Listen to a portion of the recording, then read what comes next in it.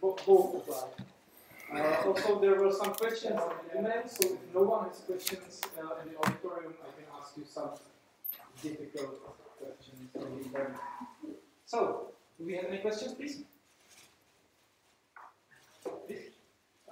Hi, I'm Martin Haran. I represent the Czech Anti-Piracy Union, and at the same time, I'm managing director of Bonton Film, one of the largest film distributors in the country. And I would like to state one observation and a question. The observation is, I think it's very unhappy for all of us that the whole systematic topic of rights protections and free speech on internet and educational matters, etc., are now being actually driven into one big debate where there are many different angles on the debate. The Article 11 is a completely different topic than Article 13. And unfortunately, I think this is actually the result of the long phase of us being non-active, or the states of being not protective of content on the internet. So, one question is, how do you perceive this development of the whole agenda? And the second question would be, which actually was asked you before, is what are the alternatives that you see? Because we certainly know that there has to be a move of the protection of content on the internet versus the use. But there has to be some systematic move that needs to take us into the 21st century, where actually both parts, the right holders, the companies that actually provide content, and the users are all satisfied. Who wants to answer the first one? I can start. Well, I mean, I agree with you that this directive is trying to address a lot of very different problems that are not necessarily connected to each other, and some of them, like I think the press publishers issue, is not even a copyright problem at all, it's an advertising problem. So this is putting us in a very difficult situation, because we kind of have to say yes or no to a relatively complicated package. But I don't think that this is a result of member states, governments not being protective enough of copyright. I think it's actually the opposite. What the European Commission originally wanted to do when they announced this legislation in 2014, they wanted to create a European copyright law that is unified and applies in the entire EU. And I think that would have been a really good idea. But there was immediately a lot of opposition to this idea, especially coming from the culture ministers of the different countries. Like, I remember the French culture minister immediately attacking the Commission president, saying, no, our copyright law is perfect, and if we have to adopt the European one, we will have to lower our standards, so let's not do it. And this is why, instead, the Commission proposed a directive that is trying to give a certain small benefit to every industry. So the publishers get the neighboring right, the music industry gets the upload filters, the film industry primarily got not an end to geo-blocking. Like in the beginning there was a lot of talk about ending geo-blocking, and this was dropped. So I think this is the reason why we have this kind of potpourri of different measures. I don't think it's because we haven't done enough to protect copyright on the internet. It's more because the different countries were too egoistical to try to at least attempt to come to a common European copyright law. And I think it's still something that we should do, because if we want to come to a future where basically copyright law works on the internet, I think it has to become less invasive of the individual user and almost invisible, because in the past it was like that. In the past, if you were a simple reader or listener to music, you didn't have to worry about copyright law. But with the internet, we all have a copyright infringement machine in our pockets, you know, our mobile phones. And I think it is a bit unrealistic to expect every single person to understand this copyright law that is extremely complicated. Like Nicolas was explaining earlier, certain things that are completely normal to be allowed to do here are not allowed in Germany. Like, for example, Germany doesn't have an exception for parody. In France, you're not allowed to photograph the Eiffel Tower at night because the light show is protected. Like, nobody understands this. And I think unless we have like a simplification that tries to focus on the things that really cause economic damage, I don't think it's going to work. Like, no right holder, for example, loses money because there is a reaction gif of their film where like 3 seconds are looped or something like this. But it's still treated like a copyright infringement, and I think that we need to address. Any other answers for the first question? Okay, so we will move to the second one. What should we do next? What are the alternatives? I think sorry, Yeah. Mr. Peksa, focus on this because this is very, as you say, it's divided, it's very different in different European countries. I think here in the Czech Republic we really live in the state where it's very difficult to protect the content online. And our simple question is, how should the legally owned and content online be protected, or if it should be protected at all?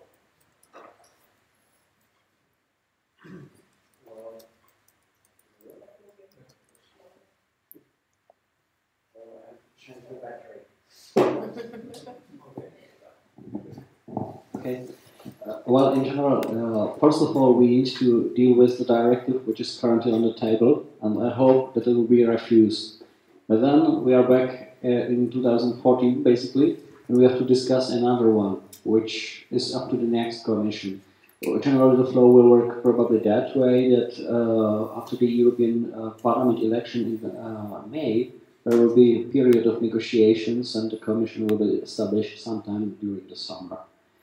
After that, they will have to propose or plan what are the plans for their election term and to define how they want to deal with this copyright issue. When we are discussing it, I will just continue from Julia previously mentioned. We need the law to be as simple as possible, to be understandable for the people who will actually have to deal with it. And this is, in the time of the internet, every single user using his or her cell phone, basically. So what we really need is a law which allows them to, let's say, act on the internet, share content, and behave freely instead of being restricted. How do we deal with the protection of the content is, of course, additional question which shall be answered. But so far I know, I think there are a lot of ways in various countries. So we need to kind of like merge the law which is on the national level, in a sense that what is allowed in a single country and works in a single country, like Czech Republic, for example, could possibly work in all the others. So if users are allowed to do some particular thing, like sharing memes, they should be definitely allowed in all of the countries. If it answers your question. Not entirely, but we'll continue the conversation later. Do we have, please? Thank you. Well, I have a comment rather, because I think what was not said, what has not been said in the discussion is that the Article 13, and coming back to the Article 13, is not something new. It's not an entirely new law. It's a codification of the case law, of the Court of Justice and of the case law, which popped out in many member states, including the Czech Republic, lastly, unfortunately. And this case law already applies basically these standards to the operators of the platforms. So any platform which is organizing the content, which is delivering the content, is a user according to courts and should have a license or should make its best efforts to remove the content and so on, and to take steps that the content is not re-uploaded. And that's also the case in Germany with the case law of the Bundesgerichtshof. And so I don't, and it should be said, so that this is not something new, and it is already the law of the country in most of the EU member states, as far as I know, including the Czech Republic. So any platform which is making business out of the content which they don't own should be liable for the content because they are competing unfairly with those who pay for the content. So it's as simple as that. And the problems you are talking about, I believe, are exaggerated extremely. Those are mostly virtual problems. Really, I don't know about any legal action against anyone using GIFs, using memes. So I understand that as a political topic, this is attractive, but those problems are really virtual, and the internet is not going to stop because these laws are already here. It's just that they were interpreted, in this way. So the Commission is not bringing anything new. Mainly, if we read the Article 13 as it stands now, I don't see there anything new as compared to the law which is now. And I'm sorry that I did not introduce myself. My name is Ruda Pleška. I'm the chairman of Czech Ally and attorney. So it's just for my background. Does anybody else apart from you want to answer? And after the Okay, so just maybe a comment on a comment in this sense. I'm not aware, and this is really something potentially interesting to me. I'm not aware of any law in Czech Republic for now. Not really German. I have no idea, but I'm not aware of any law in Czech Republic that would put online platforms totally reliable for the content being uploaded by the users on their site.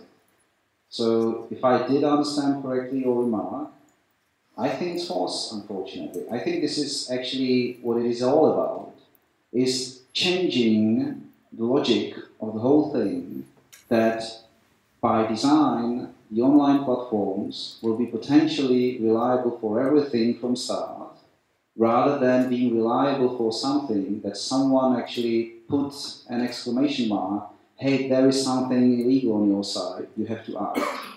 So I think it is not, we already have the law thing. I think it's really switching the logic from something that we have right now, which is notice and take down, which we notice and then take down, to a different regime, which we don't have, as far as I do understand, nowhere in the EU. But that's my point of view. Yeah, I mean, I've been working on this topic in the European Parliament since 2014. Since then, a lot of different rights holders organizations have spent millions in lobbying to have this law passed, and I think it's relatively unlikely that they would do that if it doesn't change anything. The European Court of Justice has said that a platform is responsible for a user's action if the way that the platform operates and organizes the content gives it knowledge of the illegal activity happening. The case was about eBay and the sale of counterfeit goods on eBay. And the court found that in this particular case, because eBay was actually providing active support to the seller of the L'Oreal fake products, in this particular case, eBay was responsible for the infringement, but this was because they had a direct customer relationship with this seller. Like, they were basically giving it preferential treatment, and they knew of it. That was the point. The court said, in this case, there is no way that eBay didn't know that this seller was selling counterfeit goods. But the court didn't say eBay is an active platform, and for every case in the future, eBay will be responsible whatever the users do. If I today upload, let's say, I want to sell my car, and I put a picture on eBay that was taken by somebody else, I'm infringing that photographer's copyright, but eBay is not responsible for that, even though the ECJ found it responsible in a completely unrelated case, because eBay doesn't know that I didn't take the picture myself. It's the knowledge that led to this decision. And about the German case law, I mean, the German case law is saying that in a specific instance, the platform can be required to do notice and stay down. But this has never actually been tested in front of the European Court of Justice, and I would predict that the European Court of Justice would say that the BGH case law actually violates the Charter of Fundamental Rights, because almost exactly the same situation was brought in front of the European Court of Justice in 2012 because of the Belgian system that would require the use of upload filters, and said that these upload filters violate the freedom of expression and privacy of users. So obviously this law does change a lot. And on the point of the memes, it's not about whether somebody will be taken in front of a court because they use the meme. The problem is the filters will prevent them from using the memes in the first place. We're not worried that people will be sued over this. We're worried that they will be blocked from being able to do everyday things that don't harm anybody. Do you have a comment? Well, I don't want to spoil this with a legal discussion, but this is simply not truth what you have said, because but where to start?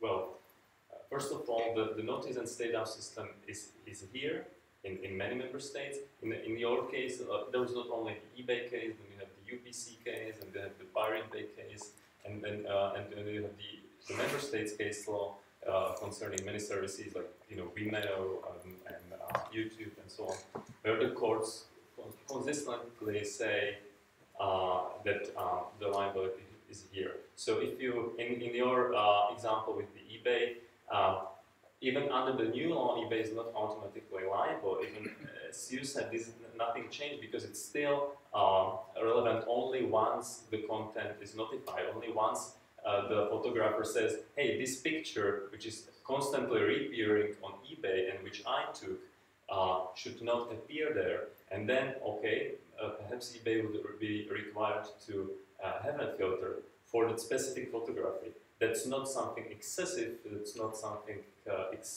expensive for eBay to introduce a filter that would not allow you a copy of this photograph to be uploaded, but it doesn't stop the internet, and it doesn't stop the free speech of the users. I don't see the problem here, I'm sorry. And I don't see here any difference as to the current one. I mean, I don't want to give a long answer to it, but just I mean, on the Pirate Bay case, I think the European Court of Justice is relatively consistent with it. They're basically saying there is no way that the operators of the Pirate Bay didn't know that there is copyright infringement happening, and they justify this, for example, by the way that the Pirate Bay organizes content. But I think it's relatively obvious that the operators Pirate Bay know. And this is not obvious for our platforms like the ones that I've talked about earlier, but the law would apply to all of them. And it's not true that as long as no right holder contacts you, you don't have to do anything under the new law, because it says that you are liable for the copyright infringement that happens unless you have tried, made best efforts to get licenses. Not just with the right holders who asked, but with all right holders in the world.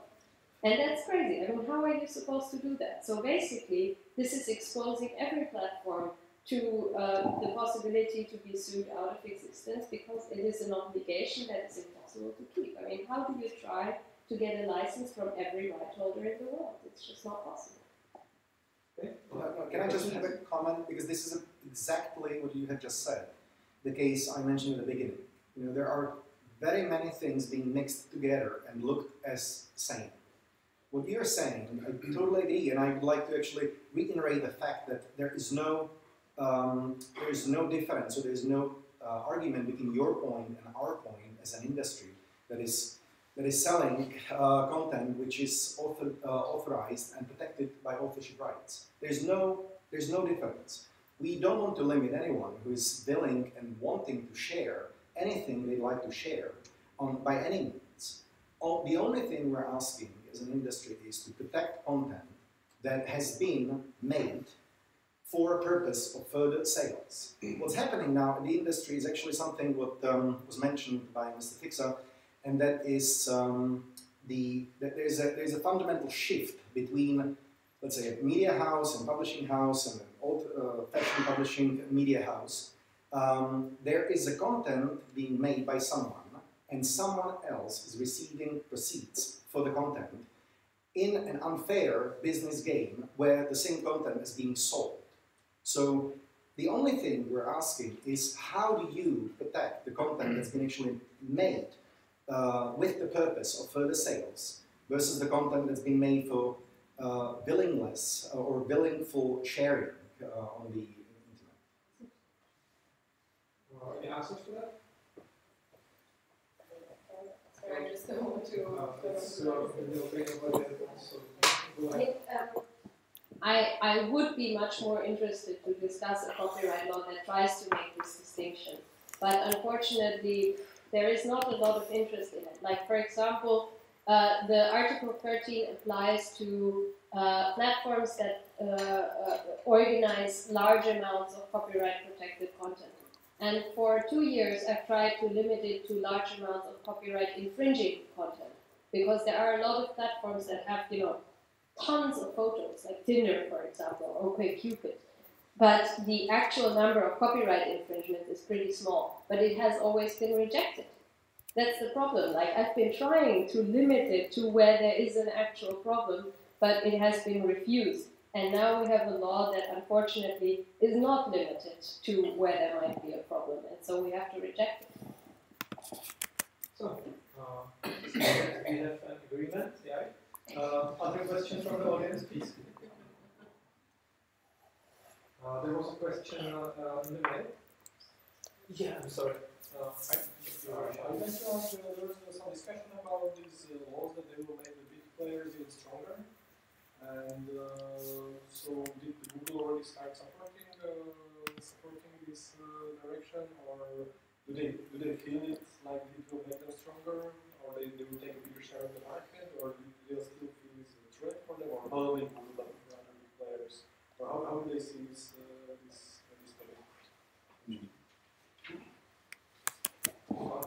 Okay, well, for sure I can't speak for Google, so obviously I have no idea in this sense, but I think it's very logic if you look at it from the point of online platforms who are actually defending their grounds. That's what it is about. It's obviously that this is not a legislation that is being put on the table by online platforms. It's publishers who started the whole game, and the online platforms are simply defending themselves from something that the online platforms are trying to rob them in a populistic forms. So I can't see any chance of no online platform in Google, Cessnam or any other that will simply switch just because it looks like that there is a good chance for going out of this game with no loss at all. Because it's all about the principle in this game. The principle is saying that there are platforms, no matter if we are speaking about Articles 11 or Articles 13, there are platforms which have some rights at the moment, and there are publishers which already have some rights at the moment. And the problem is about the execution of the rights, not about how the online platforms should change their behavior generally on the market to be a level playing field at that moment. This is not the issue that we are playing. So the answer to your question is, I can't imagine any online platform that would simply forget about the whole philosophy when the game started, because the philosophy problem is still here and will not go away, not especially in a position where we have the current drafted proposal on the table, which is probably worse than it was in certain parts of the time in the past few months. There is no chance for that. But what I think, and that's what I said, I think that in the end, when the whole game is over, the implementation will be over, the whole thing will lead to a more powerful online platforms than they were before. And I think we see this, I think Julia said that in her speech, we see this for the past maybe 3-4 years, that there is a slowly moving monopolization and probably, how to say, move of the powers from the judicial system to online platforms, like we have seen in the online rights to be forgotten, for example, and many other cases where we are simply failing to execute the principles that we have in the society right now, and we are moving them on the online platforms with a hope that this will be the solution to the problems that we have in the society. I don't think this is the right way to go. I think it's obvious that online platforms do agree that this is not the right way to go, and this is what the fight is about. So that's the answer to your question. Other answers on that? Because there might be. Yeah, I mean, I don't think there is any mastermind in any of the big platforms that years ago said we have to get the EU to propose this copyright directive because it will help us. No. But I think once the proposal was on the table, the lobbying has been relatively targeted. So for example, in the case of YouTube, if you read the statements of the YouTube CEO, she said, please don't make us liable for the user's activity. It's not possible for us to control everything you did that they do. But if you want to make Content ID mandatory for everybody, we don't mind. I mean, obviously, because they are the ones who already have it. So she was basically saying in the Financial Times, for example, we're not against upload filters, we're just against liability. The proposal has liability and upload filters, so Google is against, but for a completely different reason than I am against. I'm against the upload filter, and Google is in favor of the upload filter. And I think with Facebook, it's kind of similar, that they are basically coming to Brussels and promising us that artificial intelligence can solve all our problems. So Mark Zuckerberg came to the European Parliament, and there were a lot of questions about hate speech, about election interference, terrorist propaganda, and he was basically saying, don't worry about it, we're building the perfect algorithm. So I don't think they were the ones who started this legislation or who thought this is a great idea, but they are trying to steer the direction of the discussion in a way where we legislate the mandatory use of artificial intelligence that will be built by Google and Facebook.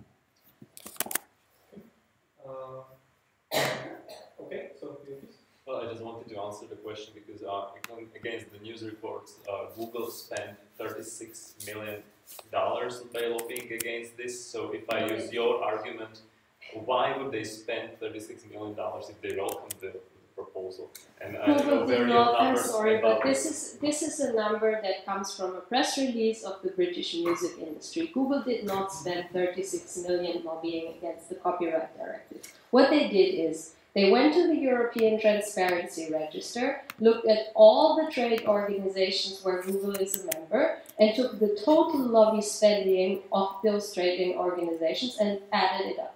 And it was 36 million. So what this means is not Google spent 36 million on copyright. It means trade organizations where Google is a member spend 36 million on lobbying on something.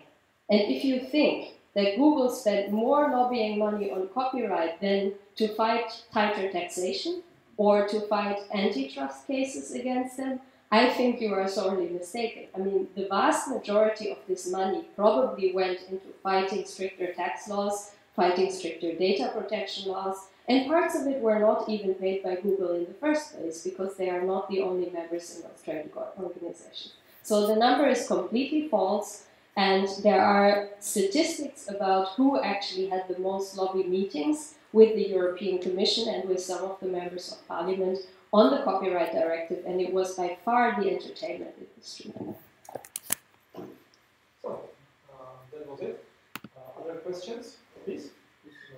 Well, I wanted to ask, well, I have several questions, but first one would be about the Article 4, because this is one that gets left behind sometimes. It's especially about education, since it's only potentially dangerous, especially this clausel about the educational institutions that also include cultural institutions that would have to purchase any relevant licenses if these licenses are available on the market, and there doesn't seem to be any ceiling for that. So if let's say if institution has the copyright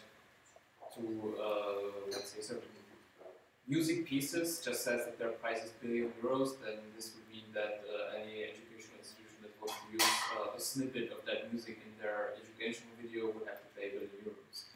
I tried to read through the final form of the reform after a trial, but it doesn't seem to me that it really changed substantially. And even though the press release said that they basically amended it according to the educational institutions. So what's the real deal?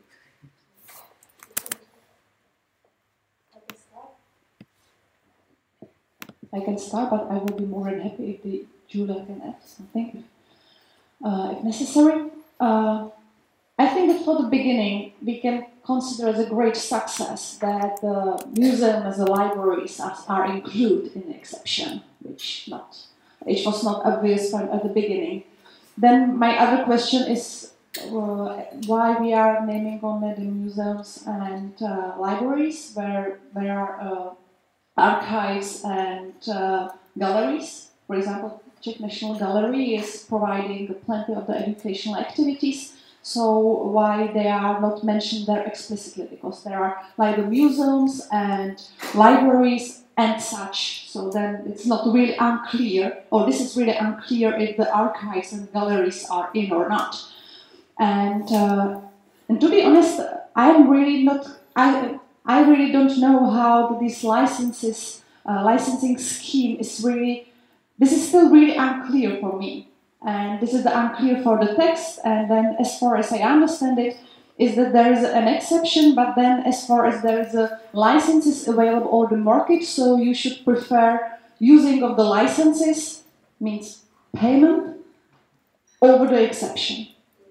So, and then just, if I have a word, so I would like just to clarify one thing, which I said before, and Julia just said me that as about this cross-border cooperation. So this is not that the Czech student on Erasmus in Portugal will not have an access to the educational materials from the Czech Republic, but then the university needs to take care of that. Even the student is in Portugal, that they will have an access to all of these materials which are at the Czech university, and then he is a Czech student. And yeah, and then if you want to add something? Yeah, so I think the parliament had a much more sensible position on the education exception, but already there was the problem with the licenses. And I think the main reason for this was lobbying from the German textbook publishers, because currently Germany has an education exception, but it does not apply to textbooks. And so they were extremely active to lobby, especially the parliament lead negotiator, to make sure that this license override exists, so that the German government doesn't have to change their system.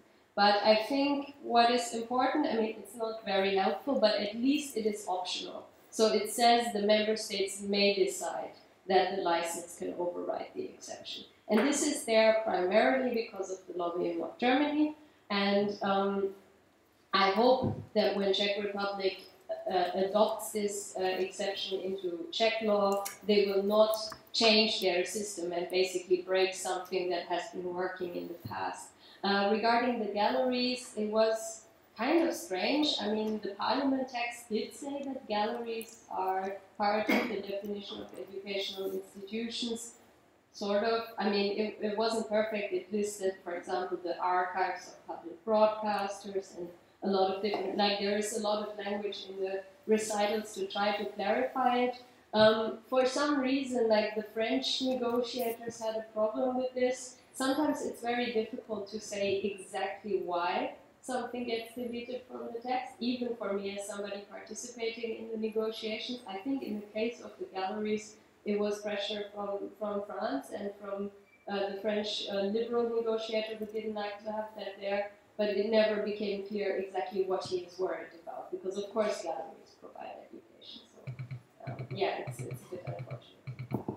And just some other small comments, just to understand the context, because at the moment the Czech exception for education is relatively broad, contrary to the other countries. And then what was proposed is really tidying that up. So then but as Julia told, so we do not have to accept it. We just may accept it, but of course, so there is plenty of the room for the law-based and so on.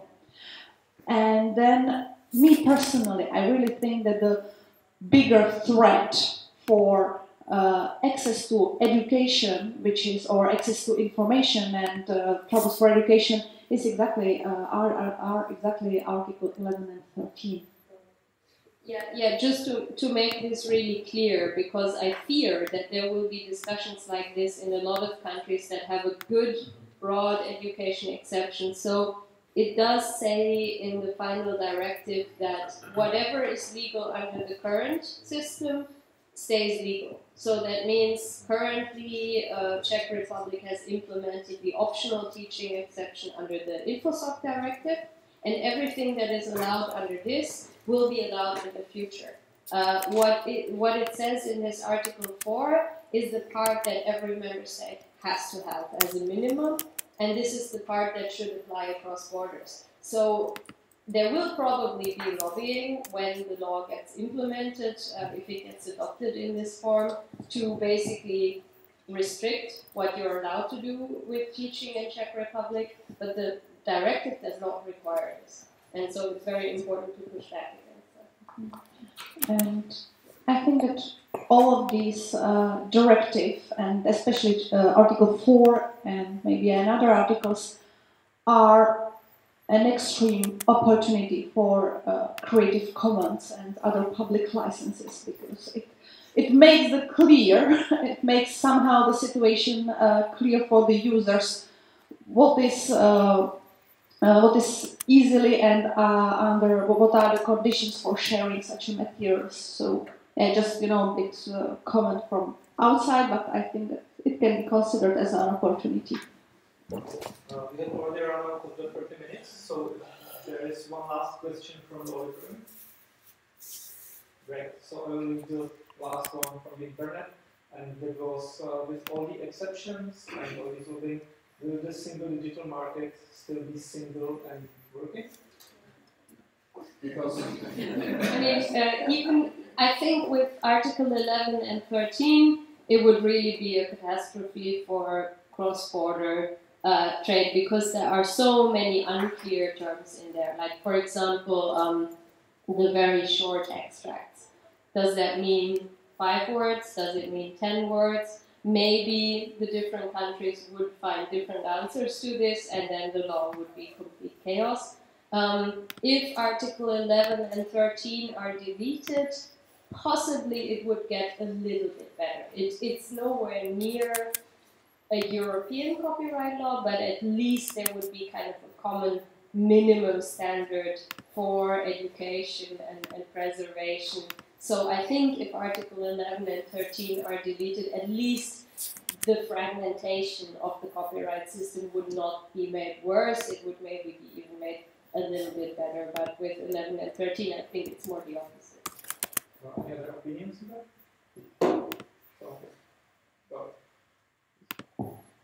I totally agree with what Julia said with the problem of the clusterization of the law across the EU. That's the unfortunate, at least with the Article 11. But I also would like to stress what was the first question of today's panel, that we unfortunately have one pack of different articles at which we now need to decide by simply saying yes or saying no. There is no chance of saying, hey, the Article 11 is a mess, let's put it out. And then we have other articles where we can make some small adjustments which would actually make the whole thing better. This is a problem that we are facing right now. And I think that there is no really good answer to that. Because unless we have a chance at this moment, and we don't have this chance, to make small adjustments to the text which is inside the directive, then we don't have a really good decision point of moving forward with this directive. So a very good point at the very beginning, that we have too many issues packed together, some of them would probably be, we would probably be able to solve some of them by simply tweaking few things in the different articles, but also there are articles which simply can't be easily tweaked by simply changing a few things here and there.